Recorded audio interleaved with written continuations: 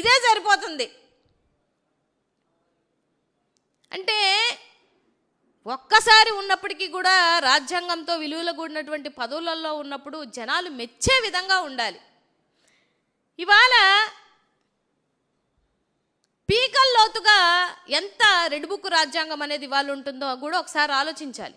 జర్నలిస్టుల మీద కేసులే, రాజ్యాంగబద్ధంగా ఆర్టికల్ 19 ప్రకారం మాట్లాడుతున్న వాళ్ళ మీద కేసులే, కార్యకర్తల మీద, మా కార్యకర్తల మీద కేసులే. ఇవాళ జరుగుతున్నటువంటి విషయాలు కేవీఆర్ గారిని కూడా పాపం హైదరాబాద్ నుంచి ఎట్లంటే ఒక మనిషిని, ఒక జర్నలిస్టుని లాక్కొచ్చినట్టు లాక్కొని రాలేదు వాళ్ళు. వాళ్ళ భార్యని, సతీమణిని కూడా చెయ్యి పట్టి లాగుతున్న తీరు చూస్తే అసలు మనం ఆంధ్ర రాష్ట్రంలో ఉన్నామా, బీహార్లో ఉన్నామా అన్నటువంటి పరిస్థితులు ఉన్నాయి.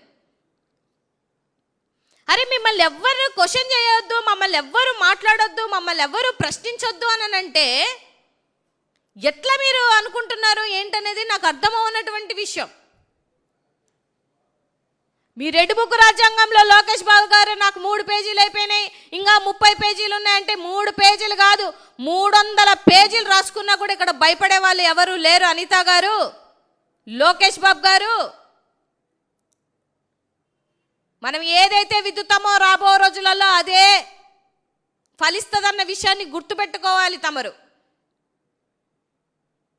అనిత గారిని, లోకేష్ బాబు గారిని రాబో రోజులలో జగన్మోహన్ రెడ్డి గారి బిడ్డల్ని, జగన్మోహన్ రెడ్డి గారి తల్లిని, అలాగే భార్యని అయినటువంటి భారతమ్మని మాట్లాడినప్పుడు మిమ్మల్ని కూడా ఏదో ఒక రోజు, అంటే మా ప్రభుత్వం వచ్చిన రోజు ఉమెన్ కమిషన్ ముందు నిల్చోబెడతామన్న విషయాన్ని గుర్తుపెట్టుకోండి. మీరు మాత్రం తప్పుడు మాటలు మాట్లాడాలి, మళ్ళీ వచ్చినేమో మమ్మల్ని ప్రశ్నించండి, కానీ రాజ్యాంగబద్ధంగా ప్రశ్నించండి. మరి గతంలో మనం చెప్పులు చూపించిన రోజు, గతంలో వేలు తీసేస్తాం, కాలు తీసేస్తాం, తాట తీస్తాం, తోలు తీస్తాం, తొక్క తీసేస్తాం, నార తీస్తాం,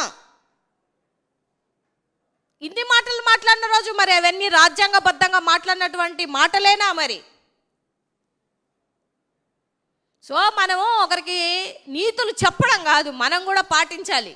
మీ విషయాల్లో కూటమి ప్రభుత్వంలో ఏంటంటే నీతులు చెప్తారు కానీ పాటించరు. ఇప్పుడు ఈ ఆంధ్ర రాష్ట్రంలో దగ్గరగా 20 మంది దళితుల్ని చంపేశారు. తెలుసా? పోనీ నీకు ఆ లిస్ట్ ఉందా? అసలు నాకు తెలియక అడుగుతాను అనితక్క, అసలు రివ్యూ మీటింగ్లు పెడతావా? నువ్వు పెట్టవులే. అసలు ఏం జరుగుతుందో నీకు ఎలా తెలుస్తుంది?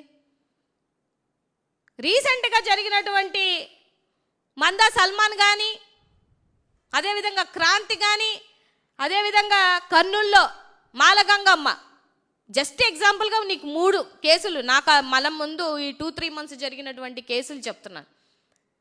నాకు తెలిసి ఈ కేసులు కూడా ఆవిడికి తెలియదు. ఎవరైనా ఉంటే మీడియా వాళ్ళు వెళ్ళి ఆవిడని అడగండి, హూ ఇజ్ ఇట్ అంటది.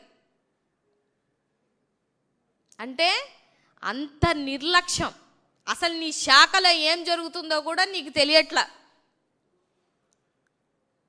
అన్నీ మాట్లాడతావు, ఏది నీకు సంబంధించలేనటువంటి శాఖల కోసం, అన్ని శాఖల కోసం నువ్వే మాట్లాడుతున్నావు వచ్చి, కానీ నీ శాఖ కోసం మాత్రం ఎప్పుడూ మాట్లాడు.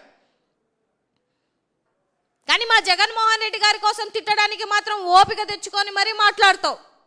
చెప్తున్నాను అనిత గారు, జగన్మోహన్ రెడ్డి గారిని కానీ వాళ్ళ కుటుంబంలో ఉన్న వాళ్ళని కానీ అర్రే ఒర్రే తరే అని నోటికొచ్చినట్టు మాట్లాడితే మాత్రం ఊరుకునే ప్రసక్తి లేదు. అనవసరంగా ఎందుకు నేను మాట్లాడాను అని ఒక రోజు తలుచుకునే రోజు నీకు డెఫినెట్గా వస్తుంది రాబో రోజులలో. మర్యాద అనేది ఇచ్చి పుచ్చుకోవాలా. Give respect and take respect అంటారు పెద్దలు. 1,000 ఇటు చూపిస్తే 4,000 మనకు చూపిస్తాయని మీకు అర్థం కావాలా. అధికారం ఉంది కదా, నాకు నచ్చినట్టు మాట్లాడతాను, అన్నీ ఇష్టం వచ్చినట్టు మాట్లాడాక దళిత కార్డు వాడుకుంటాను అని అంటే చెల్లేదేం లేదు. చట్టానికి ఎవరు చుట్టాలు కాదు, అందరూ చట్టం ముందు నిల్చోవాల్సిందే ఏదో ఒక రోజు. సో బానే అన్ని కేసుల మీద అన్నిటి మీద కాసులు వచ్చేస్తున్నాయి కాబట్టి అనితక్క, మరి ఎన్ని కేసులు మనం తప్పిస్తున్నామో, ఎన్ని కేసుల మీద ఎవరిని బలి చేస్తున్నామో, ఎన్ని కేసుల మీద మనకు డబ్బులు వస్తున్నాయో, రాబో కాలంలో మనకి ఒకవేళ సీట్ ఇవ్వకపోయినా కూడా